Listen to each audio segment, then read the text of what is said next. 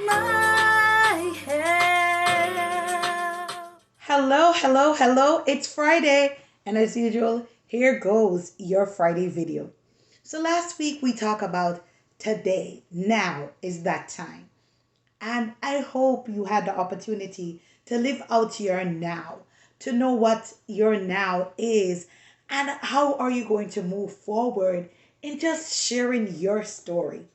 I know sometimes we reach or get those rare opportunities that we feel as though, you know what, Simone, you know what, I had that opportunity and I did not make use of it. Trust me, I've had several of those opportunities from time to time and I did not make use of them myself. So don't go around feeling guilty. Nevertheless, use that next opportunity that you will receive because guess what? Some people say opportunity just knock once. And yes, in some cases, that may be the truth. But when it comes to the work of God, God opens several doors of opportunities for us. Now, are we looking at them as opportunities? Now, that's the question. Because sometimes some rare things come up and we get so bugged out with the details, yet we miss the point. Again, I'm going to say that again. We get bugged out with the little details that we miss the point. Sometimes we need to forget about the details, forget about that failure, forget about that misfortune, forget about that mistake, and just move forward in getting or grasping that opportunity to get what you need to get done. So now that we've cleared that up, we feel better. Because I know I feel better. Because when I think back of the many opportunities that I've gotten and just never made use of it, it's like, ugh, right? But it's like expecting somebody to do something that you yourself, time and time again, have missed. So I'm letting you know, not even Simone is perfect. I have my days when certain things that I was supposed to do, I did not get done. I'm human, but even so, I'm not going to use that as an opportunity or an excuse, I should say, to make it be a stumbling block or a stepping stone to say, okay, well, that's my misfortune. No, I will not. But you know what? Let's get into the lesson. So, out of the overflow of his heart. So, Luke 6, verse 45 says, a good man bring good things out of the good stored up in his heart, and an evil man brings evil things out of the evil stored up in his heart. For the mouth speaks what the heart is full of. So is your mouth, because the Bible tells us there is life and death in the power of the tongue. So is your heart full of good or is your heart full of evil? Do we need to do some heart surgery today? Do we need to check the health of our heart? And I know this may just sound funny or whatever, but sometimes we need to check ourselves, right? Give ourselves a check because sometimes we think as though everything is going around us. So we are that and we're a cut above the rest. But then how does people think about us? And you know, I have friends and people will be like, well, I don't care what people think about me. That's all good and fine. Because to be honest, someday I feel the same way. Like, you know what? I get up, put on my clothes, I put on my makeup on, and I'm great. I feel fresh. I'm good. It don't matter what anybody say. Oh, she wear too much eyeshadow. She wear too much blush. She wear, and the list goes on. But that's just a matter of opinion, you know. So I know I feel confident in myself. I feel good in myself, and it don't matter. Maybe they need to wear some blush. You know, maybe I do wear too much blush. I don't know, but nevertheless, right? How is your heart? Is your heart full of things that are good, or is your heart full of things that are evil? Because out of the abundance of the heart, the mouth speak. And we do not want to speak evil. We want to speak life into people that are walking around in a dead and dying world and not really sure what next for them, right? We want to empower them. We want to encourage them. We want them to step out of that funk and know that there is a God that loves them. And how are we going to do that? We have to be filled ourselves with good things. So let's get into the lesson. So, to be a witness for Christ is the natural outcome of faith. The mouth speaks of what the heart overflows. Jesus said to his disciples after he told them that a tree is known by its fruit. And even so, as Christian, the Bible said you will know them by their fruits, right?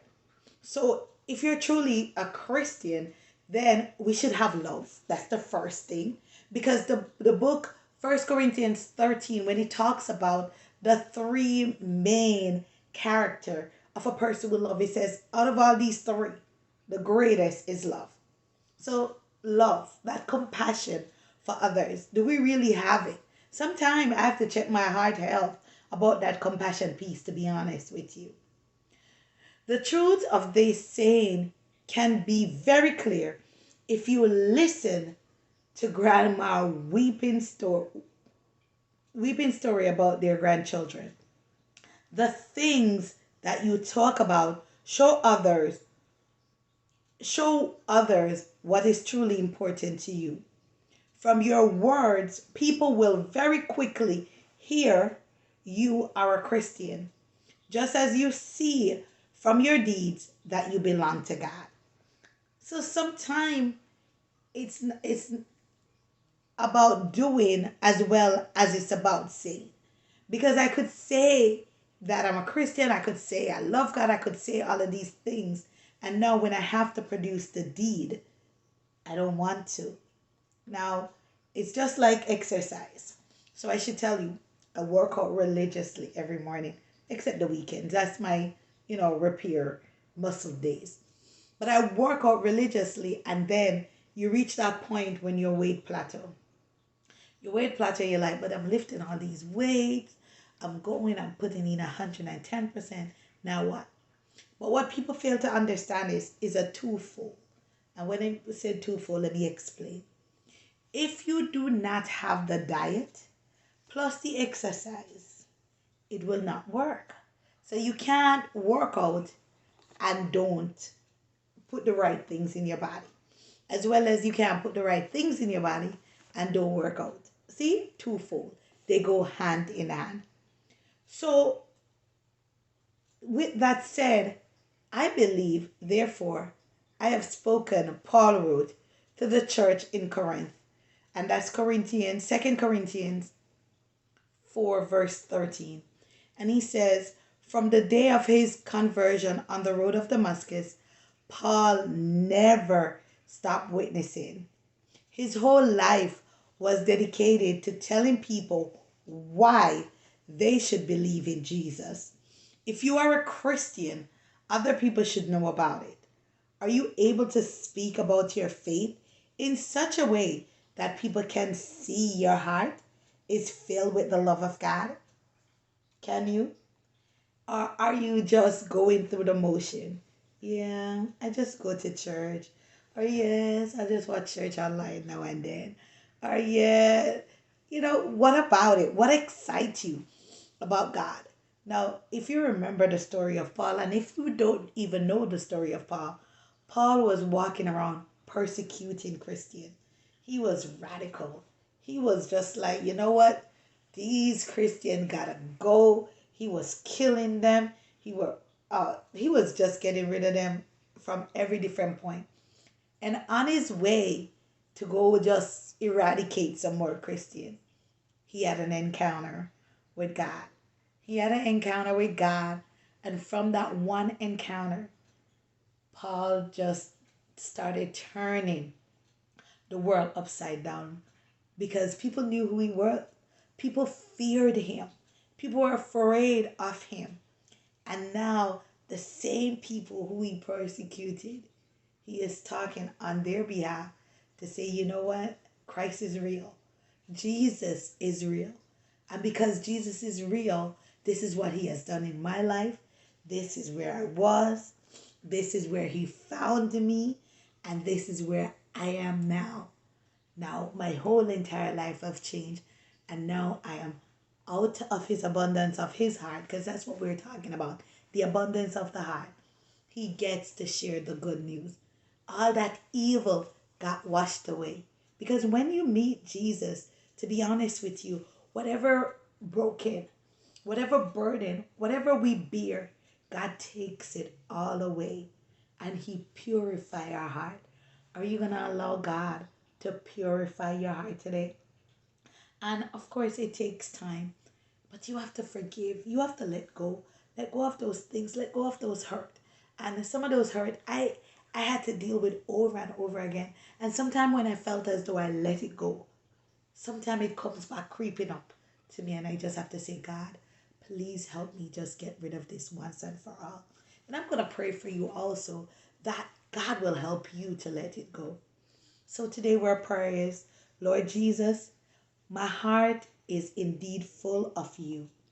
Give me the right words to tell others about you so that my mouth will overflow with the things that live in my heart. And if you have not accepted Jesus, I pray that you'll just ask him to come in today. Not only purify your heart, but also help your mind. Purify your mind. Renew your mind. Ask him. Tell him where you are because he already knows. But just be real about it. And he will surely step in and he will show out in your life and also in mine. So, as usual, don't forget to smash that like button, click subscribe, ring the notification bell, and most important, share. The best is yet to come. Love you guys. See you guys next week.